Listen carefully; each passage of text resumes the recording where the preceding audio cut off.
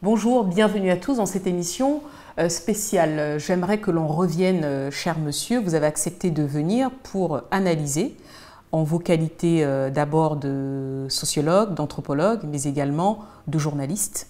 Vous avez du recul. L'analyse du discours tribal dans le paysage politique.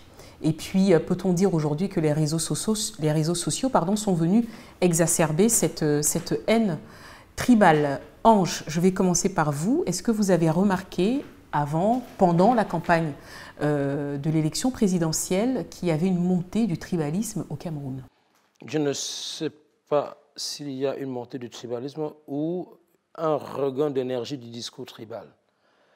Parce que la montée du tribalisme veut dire que les Camerounais sont passés dans quelque chose qui relève d'une instrumentalisation politique des liens historiques entre les populations, alors que la montée du discours tribal veut dire que cet instrument-là a fini par devenir massif dans la stratégie de ceux qui veulent soit le pouvoir et qui se plaignent donc de ce que ceux qui disposent du pouvoir en jouent pour le garder, soit de la part de ceux qui ont le pouvoir qui se mettent subitement à dire qu'on leur en veut d'avoir le pouvoir parce qu'ils ne sont pas de chez ceux qui le demandent. Donc, je préfère parler d'un discours plutôt que d'une réalité, même si la massification médiatique d'un certain nombre d'événements peut faire qu'à un moment donné, on pense que la tribalité ou le tribalisme, pour le coup, sature la scène. C'est ça la première analyse. Mais bon, comme vous m'avez invité en tant qu'anthropologue, je m'efforcerai au cours de l'émission de mettre des éléments de longue durée sur l'émergence aussi bien de la tribu, parce que nous pensons très souvent que ça va de soi, aussi de la montée aussi bien de la tribu que de son entrée dans le champ politique comme instrument de distribution de ressources pour un État, par un État qui, pour le coup, se conçoit sur un modèle purement néopatrimonial et non pas sur un modèle de protection de la société tout court. Très bien. Louis, est-ce que vous avez remarqué aussi le même constat, c'est-à-dire qu'on a vu sur les réseaux sociaux s'échanger énormément de haine finalement tribale, une récupération peut-être par les personnes politiques, les personnalités politiques dans le discours politique du tribalisme? Je pense que sans avoir les éléments d'analyse du technicien qu'est l'anthropologue, on peut constater simplement que dans le champ politique camerounais, il y a un fait ethnique qui est réel. C'est qu'aujourd'hui, ne serait-ce que par la politique de l'équilibre régional qui est pratiquée, il y a une sacralisation de la tribu. On vous dit qu'à un concours, par exemple, d'école de médecine, il y a un quota pour chacune des régions. C'est d'une absurdité sans nom, mais pourtant c'est pratiqué par l'État camerounais. Donc c'est une politique discriminatoire qui est censée être positive, mais qui en réalité ne nous permet pas d'être compétitifs à la fois en interne et à l'international. Imaginez que vous tombiez malade et qu'on vous envoie dans un hôpital où le chirurgien qui va pratiquer l'opération a été retenu juste parce qu'il avait peut-être 5 sur 20 et qu'il était le seul de sa région et que par la politique de l'équilibre régional, il devait absolument avoir son diplôme. Qui accepterait d'aller sur la table et être opéré par un médecin comme celui-là? C'est pourquoi je dis que c'est proprement absurde. Donc il y a cette dimension fait politique du tribalisme que l'État a sacralisé et qui est un problème. Mais plus près de nous, quand on regarde l'élection de 1992, il n'y avait pas de réseaux sociaux. Pourtant, la violence liée à l'ethnie était déjà présente en 1992. Et quand on relit les discours de la période de l'UPC pendant la lutte pour les indépendances, on constate que Oumniobé et ses amis parlaient déjà du tribalisme, qui était un problème au Cameroun. Donc le problème ne date pas de cette élection présidentielle. Il y a une résurgence, il y a une certaine démocratisation du fait du tribalisme qui n'est pas puni. Et c'est ça qui pose problème. Simplement, on a exacerbé à travers les Facebook Live, à travers la possibilité pour les uns et les autres de dire leurs opinions, quelles qu'elles soient, sans être sanctionnés. On a aujourd'hui l'impression que c'est quelque chose de très libéral, de normal, qui fait partie de la vie politique. Non, ça ne fait pas partie de la vie politique. C'est quelque chose d'anormal qui doit être rectifié et c'est le rôle de l'État de faire en sorte de contenir cela en plaçant des digues suffisamment solides pour que les Camerounais ne se laissent pas aller dans ce phénomène-là. D'autant plus, et si on le met à l'échelle africaine, nous sommes dans la construction des États-Unis d'Afrique.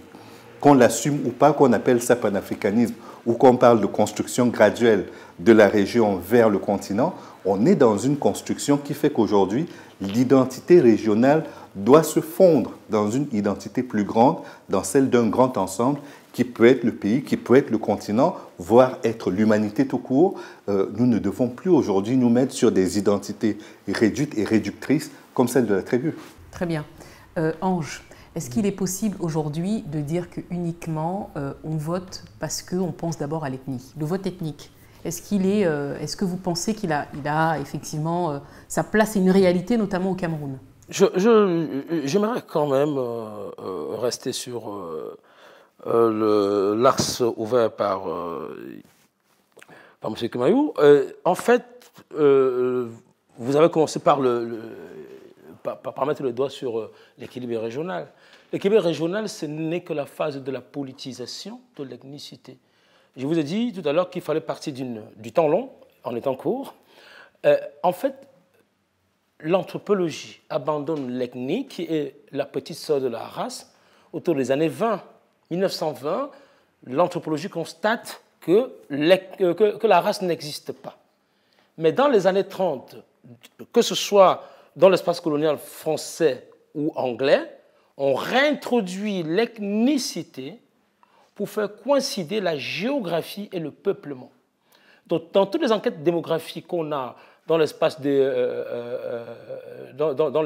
français ou anglais de 1930 en 1950, les enquêtes cherchent à ce que des ethnies correspondent à des espaces géographiques bien déterminés. Cela veut dire quoi? Que là où il n'y a pas d'ethnie, il faut la créer. Il y a quelque chose de très grave dans le cas du Cameroun, c'est que vous avez au Cameroun deux modèles de société. La société segmentaire qu'on retrouve dans la forêt, c'est-à-dire les Bétis, les Macaires de l'Est et leurs cousins du centre, et les sociétés hiérarchisées qu'on retrouve dans l'espace du nord du pays et au pays bamileke, par exemple. Or, à partir du moment où on entre dans les sociétés hiérarchisées, l'ethnie cesse. Parce que les sociétés hiérarchisées se créent sur la mise en commun des familles, des noyaux durs familiaux qui finissent par se marier les uns les autres pour faire dissoudre justement la différence ethnique. C'est comme ça que la société bamileke s'est créée, par exemple. Quand on dit bamileke, c'est Bamlek, les habitants des vallons. C'est un indicateur topologique qui n'est pas un indicateur ethnique. Vous pouvez retrouver le même détail dans d'autres groupes, mais moi qui ai analysé les frontières sud du pays bamileke, j'ai fait une enquête de 2 ans sur les Babichois. On est là autour de Tonga, le sud du pays bamileke, c'est-à-dire de Bafang à Tonga, à Pangante. Est-ce que vous savez que le chef, parce que les linguistes ont tendance à définir l'ethnicité par la langue, mais ça ne veut rien dire la langue. Les Bandunga, de la plus grande chefferie dans l'arrondissement de Tonga, et les Babichois parlent la même langue. Mais ce sont 2 groupes démographiques qui arrivent par des circuits totalement opposés. Les Babichois, par exemple, ça veut dire ceux de Pitoa. Ils viennent de Pitoa, ce sont des Haoussa qui sont devenus des Bamileke.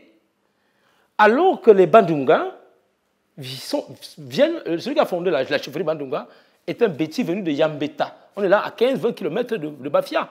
Donc, en fait, l'ethnicité politique sur laquelle on fonde l'organisation de l'État à partir des années 60 est une ethnicité créée de toutes pièces dans le temps colonial entre 1930 et 1955. Pourquoi? Parce que les travaux des politologues, pour le coup, je pense ici à Bayard, Luc Sinjoun et tout le reste, ont démontré qu'à la veille de l'indépendance, on a 3 acteurs qui sont prêts pour prendre la relève, n'est-ce pas, du colonisateur qui était censé partir à partir de 1945. On a la France elle-même, qui par différents réseaux voudrait mettre en place des gens qui lui sont favorables. On a les chefs traditionnels, qu'ils soient des ethnies du sud ou du nord du pays, et on a au milieu les clercs, c'est-à-dire les gens de faible niveau intellectuel, mais qui ont l'avantage sur les autres de parler la langue du blanc. On a donc confié l'État, mais les auxiliaires d'administration, Aïdjo, a pour tout un niveau d'école primaire supérieure, c'est de la classe de 4e aujourd'hui. La plupart des acteurs autour de lui sont comme cela, mais ils ont l'avantage de parler la langue du blanc. Donc, eux, ils n'ont pas la capacité de créer un État qui ignore le réseau social parce que la naissance de l'État doit être anti-intuitive. C'est-à-dire que si vous pensez que c'est quelque chose que vous allez partager entre groupes ethniques, vous fabriquez un État faible, forcément. Et donc, dans le cas des Aïdjo, qu'est-ce qu'il leur restait à faire? Il leur restait à faire de rapports de clientèle avec les différents groupes ethniques qu'ils constatent et qui, pour la plupart, sont nés du temps colonial, c'est-à-dire pas plus haut que dans les années 30. Et donc, finalement, on a au Cameroun un État faible qui chapeaute les intérêts des différents groupes ethniques et qui pense qu'il est pourvu des ressources innombrables qu'il va redistribuer à tous les groupes. Donc, ce que vous constatez après comme étant l'équilibre, ce n'est pas l'équilibre ethnique, c'est l'équilibre ethno-régional. C'est-à-dire qu'on peut continuer de croire que les groupes ethniques qui existent sont propriétaires des espaces. La conséquence, c'est quoi? La conséquence, c'est que quand on introduit la notion d'équilibre régional, ben, le Bamileke qui est né à Garoua ou le Beti qui est né à Garoua n'a pas les mêmes avantages que le ressortissant de la région ethniquement constitué qui doit aller à l'ENAM, par exemple, avec les autres. C'est-à-dire que, en fait, d'équilibre ethno-régional, il n'y a qu'un équilibre ethnique qu'on applique au Cameroun. C'est là le problème. Il n'y a qu'un équilibre ethnique qui fait que si vous vous appelez Ondoa et que vous êtes né à Maroua, vous n'allez pas profiter des avantages liés au fait que les ressortissants de Maroua, qui pour le coup dans l'entendement politique ne sont que des gens des groupes ethniques autour de Maroua, alors que la plupart des groupes ethniques de Maroua sont des groupes d'intérêts fabriqués au tournant par exemple de l'islamisation forcée d'Ousmane Danfodio. Les Matakam par exemple, les Matakam, les Kirdi sont nés à partir de la pénétration des religions étrangères, c'est-à-dire l'islam, c'est-à-dire le christianisme, qui fait que pour ceux qui ne veulent pas entendre l'islam, dès qu'ils fuient, qu'ils vont au sommet des collines, ils sont protégés de l'islam parce que la conquête islamique se faisait à dos de cheval. Et donc, comme c'était mal vu pour un djihadiste d'abandonner son cheval pour monter, pour chasser les gens au-dessus de la colline, on retrouve donc des groupes chrétiens, ou tout au moins non musulmans, des îlots de ces groupes-là, autour, n'est-ce pas, des espaces, à l'intérieur des espaces dominés par l'islam. Donc c'est ça l'enjeu en fait. L'enjeu c'est qu'il faut faire attention de ne pas trop vite valider l'hypothèse de l'ethnicité au Cameroun telle qu'elle est vendue par les acteurs politiques et même parfois culturels, se demander comment ces groupes sont mis en place et comment l'État, à un moment donné, qui a pensé qu'il était pourvu des ressources infinies, devait en jouer. Le tournant étant les années 86, 87, parce que la baisse de 70%, de 60% des coûts des matières premières, ça engendre quoi? Ça engendre derrière l'incapacité à redistribuer des ressources à l'infini. Et donc, le tribalisme s'introduit dans l'État d'une façon ou d'une autre. Puisqu'il faut, les ressources étant rares, il faut les distribuer seulement entre ceux qui sont des frères ou assimilés. À partir de ce moment-là, l'État rétrécit le socle de sa redistribution. Et derrière, on a ce qui arrive aujourd'hui, c'est-à-dire que la privatisation de l'État par des acteurs qui pensent que c'est la chose de leur village. C'est ça l'explication en fait. Et en fait, quand vous parlez tout à l'heure d'équilibre régional, tout à l'heure en coulisses, en préparant cette émission, j'ai eu une discussion avec notamment quelqu'un qui me disait, quand on nomme par exemple un ministre, à l'époque d'Aïdjo déjà il le faisait parce qu'il estimait qu'en nommant notamment soit un Bamileke, soit un Beti, il est chargé de développer sa région. Et donc je rebondis sur la notion d'instrumentalisation par les acteurs politiques de l'ethnie. Est-ce que... Elle est tout à fait réelle. Ouais. Comment aujourd'hui on peut faire pour limiter les ravages de cette montée, en tout cas si on peut le dire, de cette résurgence du tribalisme, et surtout comment on peut considérer qu'on a une identité commune? Parce qu'on nous a toujours expliqué que justement c'est d'abord l'ethnie qui compte. Quand on se définit, quand on rencontre un Camerounais, la première question qu'on lui pose c'est « tu viens d'où ?» Hélas. Donc spontanément, on se pose cette question-là. Et je pense que ce n'est pas le cas qu'au Cameroun, c'est le cas un peu partout en Afrique subsaharienne. Non, je crois qu'il faut se rappeler dans quelles circonstances nos pays naissent. La décolonisation se fait dans une ambiance de guerre froide.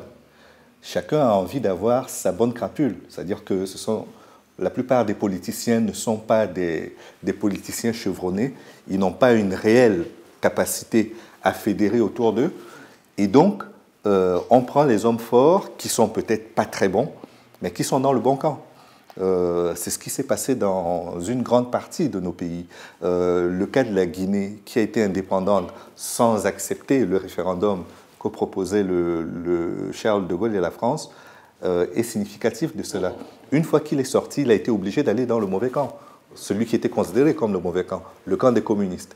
Et pour les autres, il fallait respecter une dynamique, ne pas forcément avoir une assise populaire, mais être simplement celui qui est capable de faire le job sur place, suppléer l'administration coloniale qui ne pouvait plus continuer parce que la colonisation devait s'arrêter. Et donc c'est ce qui a fait qu'à un certain moment, en manque d'assises, en manque de repères idéologiques, beaucoup de politiciens ont eu l'impression qu'ils pouvaient utiliser leur tribu pour arriver à devenir des hommes politiques forts, puissants et qui restent sur la durée. Ça a été le premier moyen. Le deuxième moyen a été celui que leur donnait la guerre froide. Une fois que vous avez réussi à vous retrouver là, parce que vous appartenez à une ethnie minoritaire, que vous avez quand même réussi un braquage pour devenir président, vous êtes soutenu parce que vous êtes dans le bon camp et on vous donne tous les moyens, y compris ceux de votre ethnie, pour que vous ayez autour de vous une cour qui ne travaillera pas au développement de votre pays, mais travaillera à votre maintien au pouvoir. Et c'est de là qu'est venue cette idée de gâteau national dont on parle aujourd'hui et que chacun veut s'approprier. Mais la ressource, comme le rappelait Ange, n'est pas infinie. Elle est réduite et elle se réduit de plus en plus. Nous l'avons vu au Cameroun, d'autres l'ont vu de façon plus violente en Côte d'Ivoire. Et je pense que si nous continuons dans la voie qui est la nôtre aujourd'hui, il n'est pas du tout exclu que nous tombions dans le même travers que les pays africains qui ont connu les mêmes difficultés. Parce que la dévaluation est passée par là, les difficultés économiques s'accumulent, les guerres s'accumulent aussi, et l'État n'a pas des moyens infinis. Donc, forcément, à un certain moment, si l'on continue de penser que la seule légitimité qu'on a pour prétendre à bénéficier de la couverture et de l'aide de l'État, c'est le levier de l'ethnie, forcément, il y aura des conflits. On l'a vu à Sangmelima encore il n'y a pas très longtemps, où il y a eu des chasses à l'homme sur la base ethnique. Et donc, tout cela est à déplorer, mais au-delà de déplorer, on doit demander à l'État de jouer tout son rôle. Je n'ai entendu aucune autorité administrative camerounaise se lever pour condamner ce qui est en train de se produire. Je n'ai entendu personne aller à la recherche des auteurs de ces crimes pour les punir. En tout cas, le préfet à Sangmelima a quand même essayé de calmer les tensions en prenant la parole publiquement et en demandant qu'effectivement chacun se calme. Il a essayé en tout cas de faire entendre sa voix. Est-ce qu'il ne s'agit pas d'un problème suffisamment national pour que ce ne soit pas que l'affaire du préfet ou du sous-préfet? Je pense que c'est une affaire qui est nationale et que pour le coup, on devrait avoir l'expression du préfet, du gouverneur, du ministre en charge de l'administration du territoire, du ministre de la communication et pourquoi pas le Premier ministre et le Président. C'est une question nationale. Tous les Camerounais sur le territoire doivent se sentir chez eux où qu'ils soient. Le Cameroun appartient à tous les Camerounais. On ne devrait pas avoir ce genre de chasse à l'homme lié au fait qu'il y a des autochtones, des allogènes. À ma connaissance, allogènes, ça correspondait plus à des ampoules qu'à des personnes. Et là, malheureusement, on est en train de verser dans quelque chose qui est animal.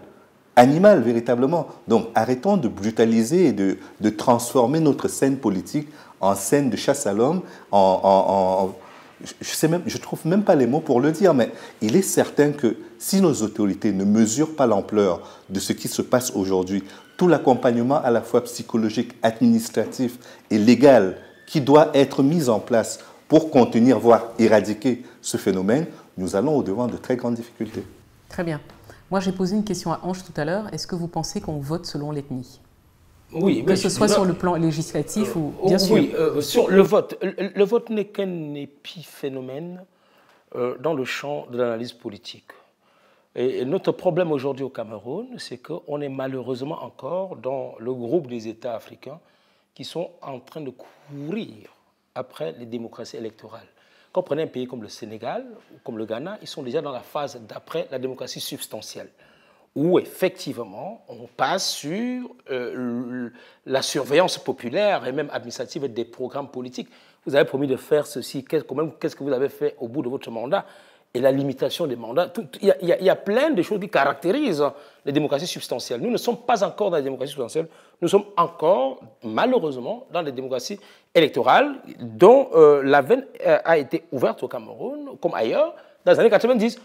Mais le problème, c'est que nous avons perdu la mémoire. Nous avons perdu la mémoire. Les Camerounais gouvernaient comme les gouvernants. Parce que nous avons eu une séquence d'une démocratie intégrale au Cameroun entre 1957 et 1959.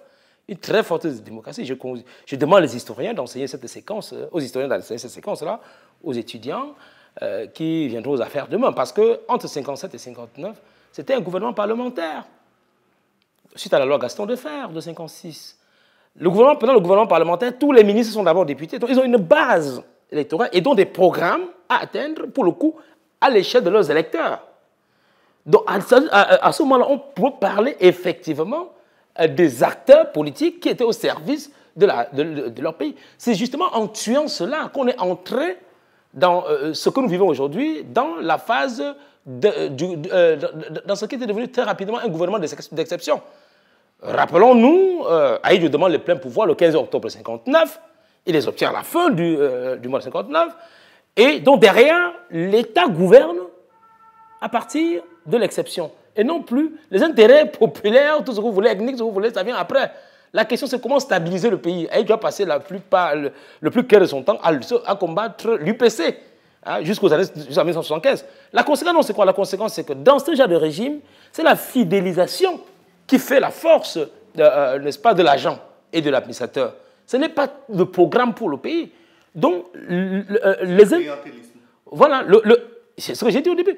L'État africain et camerounais est né du clientélisme entre les acteurs moins prestigieux que l'acteur colonial, il faut le dire. Hein. C'est-à-dire que quand on négocie avec le chef dont on est le sujet, et en même temps chef d'État, hein? Le problème du Cameroun, c'est ça.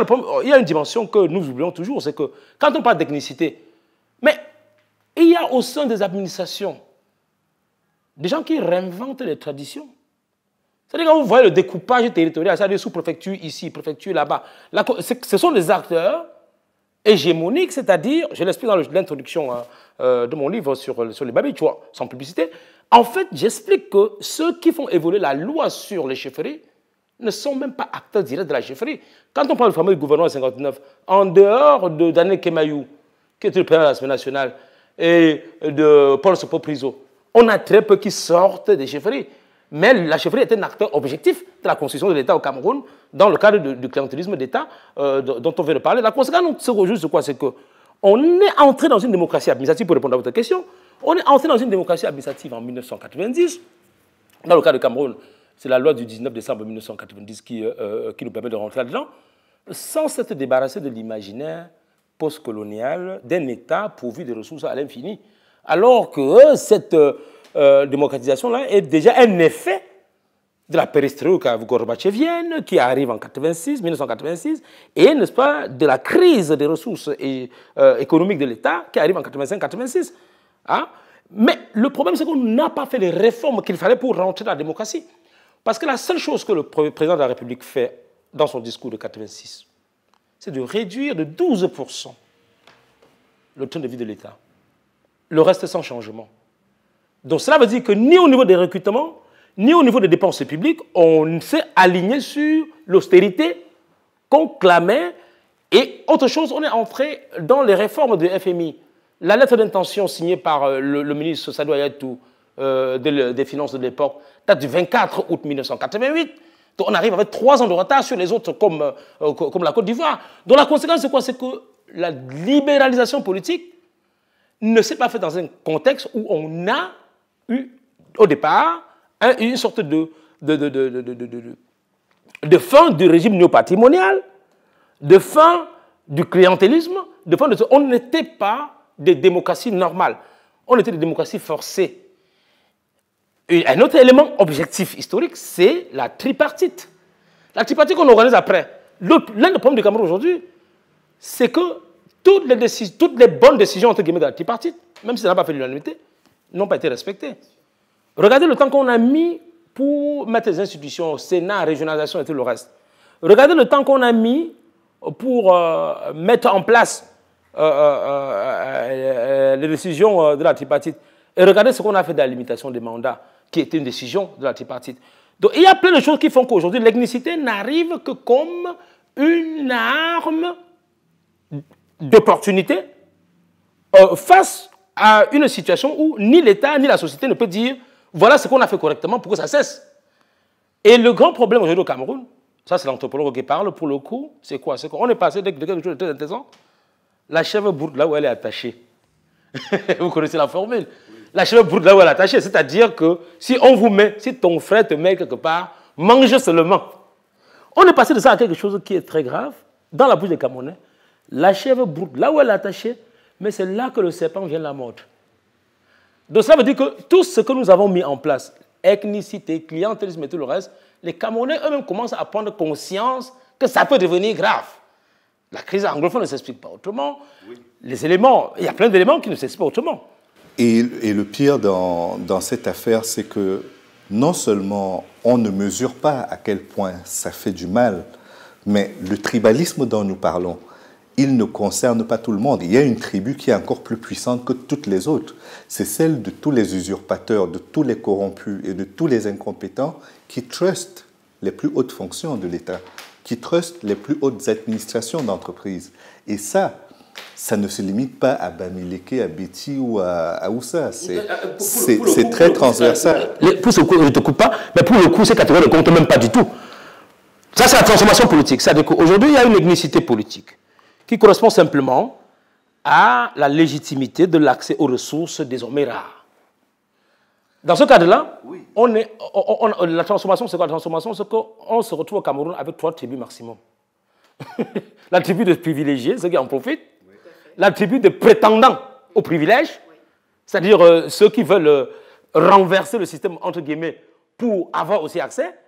C'est-à-dire ça va des opposants à leurs alliés, à tous ceux qui veulent, entre guillemets, déstabiliser le Cameroun. Et maintenant, la 3e tribu, c'est depuis nombreux, des laissés pour compte. Ça c'est quelque chose qui entre en jeu depuis un livre très intéressant, L'anthropologie de la colère de Célestin Monga.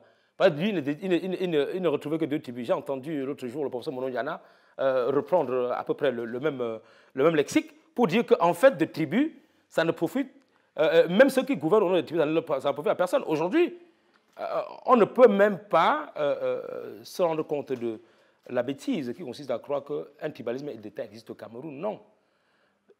Quand on voit ceux qui sont en position hégémonique, ils ne sortent pas de 100 000 villages. La conséquence, c'est quoi? La conséquence, c'est quoi? La conséquence, c'est que leur tribu même, si elle existe, ce n'est qu'un faire valoir, c'est un prétexte pour rentrer dans ce que moi je considère comme un népotisme. Le népotisme, ça consiste à dire qu'on assure la pérennité de sa fonction, même sur la génération d'après. Et à partir de cela, tous les excès sont permis, en fait. Et un autre truc, une autre chose à laquelle il faut faire attention, c'est que la notion même d'acteur hégémonique qui vient d'une région ou d'une autre, d'une catégorie, d'une religion et pas d'une autre, ça naît aussi du fait que l'État a continué de se contenter des acteurs peu prestigieux. La plupart du temps, les ministres camerounais sont ceux qui n'ont même pas eu le niveau d'aller en maîtrise parce qu'ils n'ont pas été sélectionnés. Il leur restait quoi? L'ENAM. Non, ça c'est une généralité.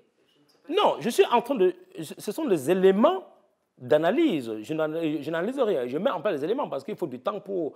Mais quand on regarde le profil des acteurs, de ceux qui ont la décision au Cameroun, rares sont ceux qui sont les meilleurs de leur génération. Parce qu'on aurait pu rester sur l'équilibre ethno-régional et prendre quand même les meilleurs. Vous voyez? Donc à partir du moment où, même dans ce qu'on a décidé de mettre en place, on ne se méfie pas de la bonne applicabilité des règles, ça peut amener des problèmes, y compris à ceux qui gouvernent. Parce que si vous êtes obligé, dans votre position, de ne prendre que des gens qui vous ressemblent, à un moment donné, le mimétisme va faire que la performance va disparaître de l'État. Donc faisons attention de ne pas trop sous-estimer la part de ce que j'appelle la perpétuation, même involontaire, du modèle néo-patrimonial. C'est de ça qu'il faut se débarrasser, en fait. Bien, Louis. Parce que, au-delà du fait de condamner la politique de l'équilibre régional, je pense qu'on aurait dû, dès le départ, limiter son champ d'application. Parce que quand vous prenez l'équipe nationale de football, par exemple, personne ne vous dit qu'il faut songer à ce que toutes les ethnies du Cameroun soient représentées, que parmi les défenseurs, il faut au moins un Bamileke, un Betty. Personne ne songe à ça. Tout ce que nous demandons, c'est que l'équipe nationale soit suffisamment compétitive pour gagner à l'étranger. C'est la mission qui lui est confiée. Absolument. Et c'est la même chose qui est demandée quand on se retrouve dans une disposition qui est celle d'aller en diplomatie, gagner des postes dans des organisations internationales. On devrait être dans la même logique. Le seul endroit où on peut parler de représentation nationale, prenant en compte toutes les sensibilités, c'est l'Assemblée nationale ou le Sénat. Ça se limite là. Et donc, je crois que le travail qui doit être fait de la part de nos hommes politiques, c'est de sortir de cette idée qu'on peut utiliser sa tribu comme un argument de braquage pour accéder ou alors rester au pouvoir. Ça, c'est un argument qui est dépassé aujourd'hui. Et la deuxième conséquence, c'est que même ceux qui prétendent arriver aujourd'hui à défendre leur frère parce qu'il est du même village, parce qu'il est de la même région ou parce qu'il est de la même culture au Cameroun, vous constatez qu'ils ne sont pas tous logés à la même enseigne. Il y a des favorisés et des défavorisés dans toutes nos couches ethniques. Donc, si on s'entend au moins pour dire le bien commun, l'intérêt général peut servir les individualités, on aura franchi un premier grand pas. Et c'est pour ça qu'il est nécessaire de bâtir un corpus de valeurs partagées qui nous distinguent des autres. On n'est pas Camerounais juste parce qu'on est né au Cameroun.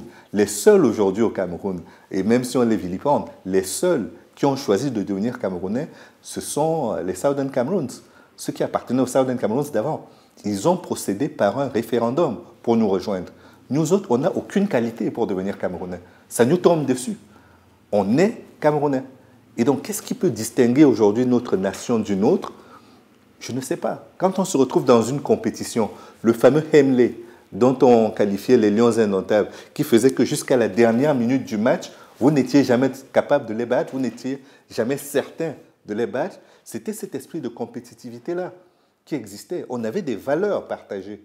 Je pense qu'il est nécessaire de recréer ce corpus de valeurs partagées qui fera qu'on ne sera plus limité à des ressources tribales, mais qu'on pourra puiser dans un vivier bien plus important qui est celui de notre diversité nationale pour défendre le Cameroun et surtout porter le Cameroun à un rang dont il est digne, quoi. Je pense qu'aujourd'hui, on peut prétendre être l'une des nations en Afrique centrale qui contribue quand même au développement de cette région.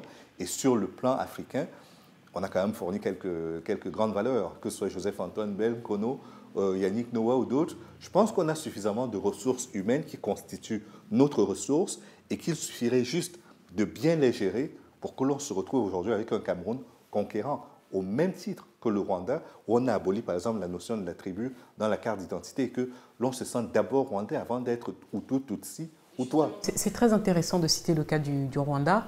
Vous êtes là en tant qu'anthropologue.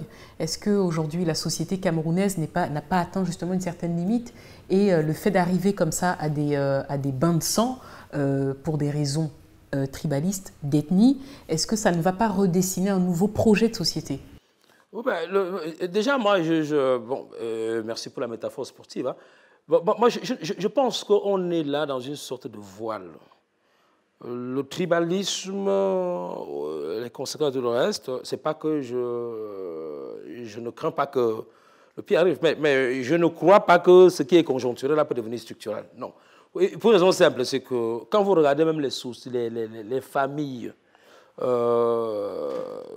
autour de Saint-Mélima ou des Bolova, vous allez voir qu'il y a plein, j'ai rencontré des gens qui sortent des milieux très haut placés, qui ont raconté par exemple qu'ils ont des origines dans la chefferie Photo par exemple. Je vous parle là des Camerounais, Béti de Saint-Mélima ou des Bolova.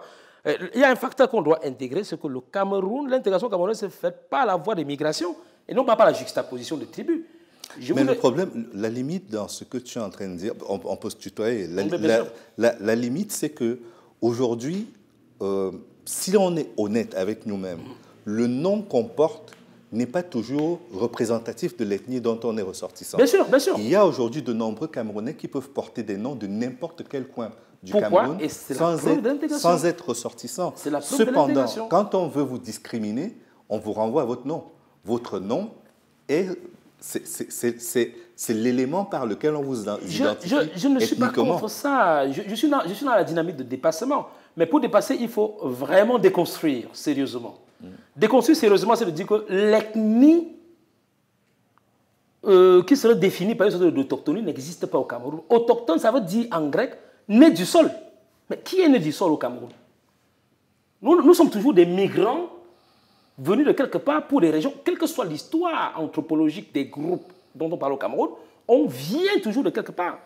Le Cameroun s'est construit, tous les groupes ethniques camerounais sont construits par des vagues migratoires. La seule différence, c'est quoi? C'est qu'il y a des sociétés qui font leur intégration politique autour du lieu d'habitation. Quand on dit Mvokmbi, c'est la famille Mbi. Quand on dit Mvok Atanganambala, c'est la famille Atanganambala. Quand on dit Mvok Atemenge, c'est la famille Atemenge. C'est-à-dire que l'unité démographique correspond à l'unité politique, c'est-à-dire que ce territoire leur appartient. Mais malheureusement, ou plutôt heureusement, dans d'autres sociétés où on a dépassé cette notion de famille-là, on dit Ba, ceux d'eux. Parce qu'ils sont nombreux qui représentent Bafoussam, Bangante, Bangulap. Vous voyez? C'est-à-dire qu'on est au Cameroun assez sur des niches d'intégration qui restent pertinentes et qui vont être la limite la plus objective à toute tentation d'exacerbation, de débordement ethnique. Pour une raison simple, c'est que vous allez toujours trouver votre beau-frère quelque part, là où vous partez, levez la machette en fait. Ça, c'est un premier élément de précaution. Le deuxième élément de précaution, c'est qu'il ne faut pas judiciariser l'ethnicité. C'est pour cela que la présence d'autochtones allogés dans la Constitution de 1996, issue de la tripartite, est un élément dangereux. Pourquoi? Parce que ça impacte après le droit foncier. Vous voyez? Ça impacte après, n'est-ce pas, la capacité des Camerounais à s'installer où ils veulent. Donc, tout ce qui est, comment dire ça, pré-génocidaire doit être retiré. On l'a retiré au Rwanda, mais au Cameroun, pour les gens qui sont nés jusque dans les années 70, vous aviez ethnie ou race correspondant à votre groupe ethnique. On dit race Betsi ou bien race Mboulou, race Bamileke. Donc, il faut nettoyer le pays, les institutions du pays, de ces résistances de l'ordre colonial, en fait. La colonisation faisait ça à l'époque pour nous empêcher d'avoir des États forts. Et pour avoir donc un État fort, qui débarrasse de l'ethnicité, il faut commencer par faire ce que font déjà les démocraties substantielles, comme je dis. Moi, j'étais en mission à Dakar en 2011. Le problème du rationnement de l'électricité s'est posé. Vous voyez, la solution de bon sens à l'époque, c'était de diviser la ville en 3 zones. Coupure par zone de 8 heures par jour. C'est-à-dire qu'on a cru que c'était une solution de bon sens. Mais le tenancier du cybercafé perd 30% de ses revenus. Et donc, il sera incapable de payer son loyer. Et quand les Sénégalais ont donc compris qu'en fait, c'était une fausse bonne solution, ils ont politisé le problème. Le problème du Cameroun, c'est que ce soit l'électricité, tout le reste, c'est que tout se politise par le haut. Ils ont politisé le problème là-bas par le bas. Le collectif Y en a marre est né, justement, du refus de la solution proposée par l'État pour régler la question de l'électricité. Mais quand la question de l'électricité se pose au Cameroun, c'est là que l'ethnie devient très dangereuse. C'est-à-dire que celui qui vous parle, qui est responsable de vous donner de l'électricité, il est capable de vous dire que vous lui en voulez uniquement parce qu'il n'est pas de chez vous. Mais moi, je crois que nous avons un contexte aujourd'hui. Le grand dialogue national, il est passé par là. Mais je pense qu'il y a un enjeu qui est très important. On a évoqué le code de la nationalité en pensant que ce serait bien d'accorder aux Camerounais la possibilité d'avoir autant de nationalités qu'ils le souhaitent. C'est très important. Personne ne dira le contraire, à commencer par moi.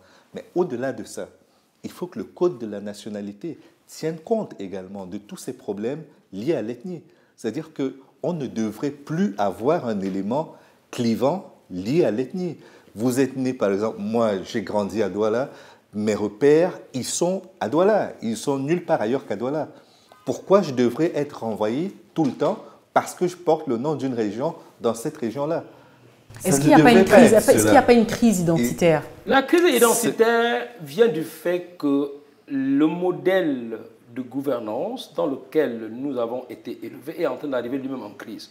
N'oublions pas que nous n'en sommes qu'au deuxième président camerounais et dont l'imaginaire par lequel l'État a été créé en 1960 continue de persister, ne serait-ce que dans la tête de ceux qui nous gouvernent.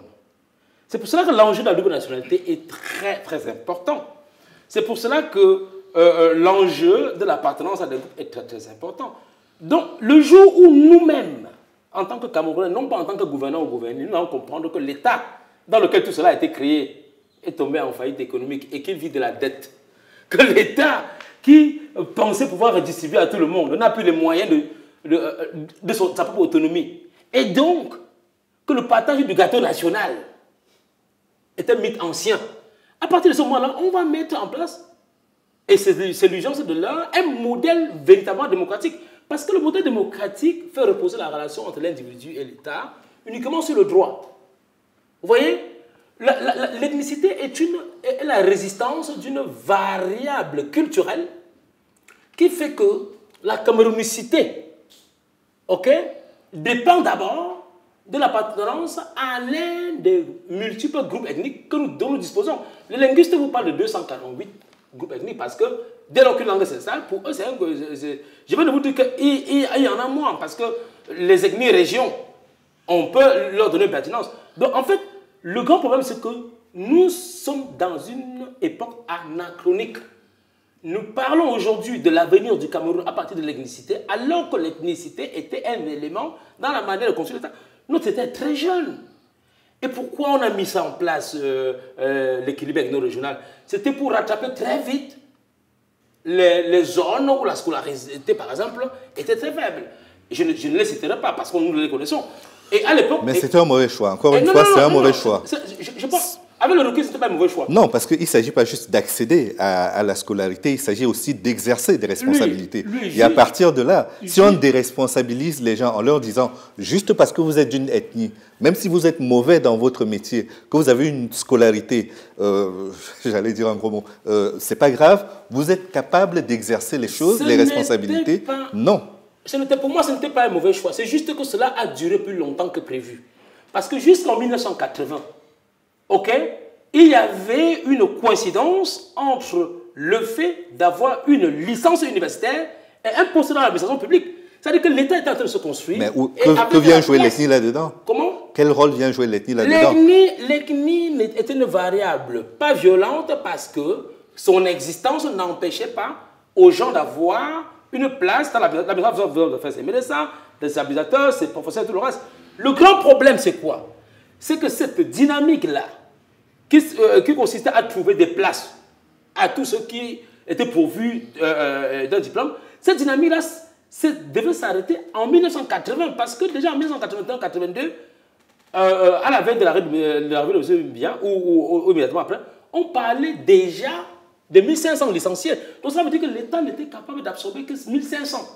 Mais à partir du moment où l'État n'est plus capable d'absorber tous ceux qui sont formés, le secteur privé doit monter en puissance. Vous comprenez? Non, encore une fois, non. Je pense que les deux ne sont pas ambivalentes. C'est-à-dire qu'on n'est pas obligé d'avoir l'État obèse ou d'avoir un secteur privé qui joue les sapeurs-pompiers quand l'État devient rachitique. Les deux ne sont pas incompatibles. C'est-à-dire qu'il est possible aujourd'hui, et on nous parle de plus en plus de partenariat public-privé, il est possible qu'en intelligence, on ait à la fois l'État qui joue son rôle et le secteur privé qui joue le sien. Mais tout cela dans une harmonie d'orchestre musical. Lui, je suis justement en train de te dire que cela aurait dû être mis en place depuis 1980. C'est en 1980 qu'on devait arrêter avec la notion d'équilibre ethnique parce que l'acteur principal de cet équilibre ethnique-là, le pourvoyeur du travail, c'est l'État et les organes et les différentes entreprises parapubliques. Vous comprenez? Parce que nous avons au Cameroun l'État et derrière la CDC, la SONEL, tout ce que vous voulez là, qui étaient des entreprises parapubliques pour continuer le jeu de politique là. Mais cette politique ne peut plus tenir parce que l'État en 1980 ou 1982 avait déjà dit je ne veux plus que 1500 licenciés. À partir du moment où l'État ne peut plus tenir, parce qu'il y a au cœur de l'équilibre ethno-régional, c'est que ceux qui ne sont pas retenus ici peuvent l'être là-bas. C'est-à-dire qu'il y a différentes possibilités d'être employés. Donc cet État-là, cet État pourvoyeur de moyens infinis là, est mort autour des années 82. Mais on a continué de nous tenir le discours, de garder le paradigme, alors qu'en fait, il n'était plus opérationnel. Moi, le paradigme ici, qui m'aurait paru pertinent, c'est celui où on parle de ruissellement ici, par exemple, sur le plan à la fois fiscal. Oui, les premiers de cordée. Je pense qu'il était important d'avoir une administration et surtout des personnels qualifiés, suffisamment compétitifs pour aller gagner des choses qui pourraient être partagées, que la richesse pouvait être produite par cette minorité-là qui reviendrait la distribuer pour tirer vers le haut ceux qui n'avaient pas accès justement à tous les postes. Mais si on prend les pires, juste parce qu'ils appartiennent à la bonne ou la mauvaise ethnie et qu'on les met au poste de responsabilité, ça tire tout le monde vers le bas. Nous avons moins de résultats et il n'y a pas grand-chose à partager. Et moins il y aura de choses à partager et que la démographie grimpera, plus on ira au-devant de difficultés. Moi, ma limite par rapport à ce paradigme est là. Très bien, messieurs, on arrive pratiquement au terme de cette émission. Juste un petit mot. J'aimerais savoir si vous connaissez les minorités invisibles du Cameroun. Est-ce que vous pensez qu'il y a des groupes ethniques qui sont des minorités invisibles, dont on ne parle pratiquement pas? Minorité invisible, je ne sais pas si la notion de minorité déjà est très bien circonscrite au Cameroun, parce qu'on parle de la minorité par rapport à une majorité. Le problème du Cameroun, c'est que nous sommes encore dans les représentations et les discours. Et dans un pays où les enquêtes démographiques tardent à rendre leur copie 20 ans après, dans un pays où on soupçonne un groupe plutôt que l'autre d'être plus nombreux, à partir de quoi on va définir la minorité. Mais ce que je sais, pour avoir lu quelques livres là-dessus, c'est que dans l'appareil d'État, l'ethnicité, l'équilibre ethnique est très représentatif en fait. C'est-à-dire que vous avez pratiquement le même... Pas si équilibré que cela. Mais, non, je parle de... Prendre certains corps de l'État, je suis désolé, il y a quand même une représentation. Non, mais je suis en train de parler du nombre de fonctionnaires. Je ne parle pas des postes juteux, je ne parle pas de responsabilités très élevées. Donc, vous avez pratiquement le même nombre de Béti et de Bamileke dans l'habitation camerounaise. C'est surprenant, oui. Le groupe, ce sont les enquêtes qui ont daté, hein, mais c'est la seule référence que nous avons aujourd'hui.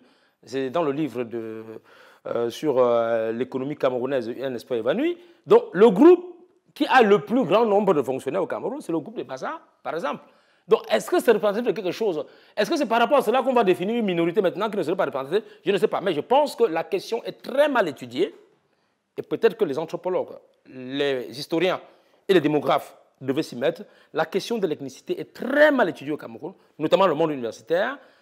Et il faut peut-être que l'État lui-même commence à commander des travaux pour voir dans quelle mesure il va lui-même acter le dépassement historique du modèle néo-patrimonial. Très bien, ce sera le mot de la fin. Louis, le mot de la fin. Moi, je pense que pour résoudre le problème de l'ethnie ou des tribus au Cameroun, il est important que l'État et ceux qui sont à sa tête prennent la mesure du problème. Il ne s'agit pas d'un problème de circonstances. On n'est pas dans une conjoncture qui a débuté il y a 2 semaines ou 2 ans. C'est un vieux problème. Il a précédé la décolonisation et il lui a survécu jusqu'à présent. Ça fera bientôt 60 ans que nous sommes dans ce problème-là. Et donc, à partir du moment où le problème perdure aussi longtemps, ça donne des choses comme la crise dans les régions anglophones qui devient aujourd'hui une cause nationale maltraitée. Et je crois qu'il faut pour cela s'appuyer sur les personnes qui sont qualifiées pour le faire. Il y a des techniciens, les anthropologues, les sociologues et les politiciens eux-mêmes à l'Assemblée nationale et au Parlement qui doivent se saisir de cela et faire en sorte d'utiliser tous les outils nécessaires pour que les Camerounais ne se sentent plus stigmatisés par rapport à une appartenance qui est fictive en réalité. Nous avons été divisés par la colonisation, nous continuons d'être divisés aujourd'hui par la politique. Et donc l'ethnie ne doit pas être un instrument de cela. Et je pense que si on le dit, cela passe par des règles de loi, cela passe par des textes à l'Assemblée nationale. Nous devons avoir le courage de le faire. Nous ne devons plus aujourd'hui dire à quelqu'un « tu soutiens tel candidat parce que tu es de son ethnie ». C'est absurde comme élément d'appréciation. Et d'ailleurs, même quand on le dit, ce qu'on ne relève pas, c'est que souvent à la veille des élections, il y a des surpopulations qui arrivent dans certaines zones parce que les gens vont s'inscrire dans leur village pour voter un candidat, voter pour un candidat, afin qu'il gagne. Parce qu'on est certain qu'en créant cette circonscription, forcément, tous ceux qui y voteront, voteront pour une personne bien précise. Donc je crois qu'il faut qu'on arrête d'instrumentaliser et qu'on se saisisse de façon vraiment positive de la question de la tribu et de l'ethnie pour la résoudre dans le sens de l'intérêt général. Merci pour ce mot de la fin. Merci encore à vous deux d'avoir enrichi, apporté des éléments peut-être d'analyse à cette question justement du tribalisme, de l'ethnicité et de l'ethnie pour notre cher pays. Rendez-vous pour un prochain numéro, toujours avec des invités très intéressants. Merci beaucoup, au revoir.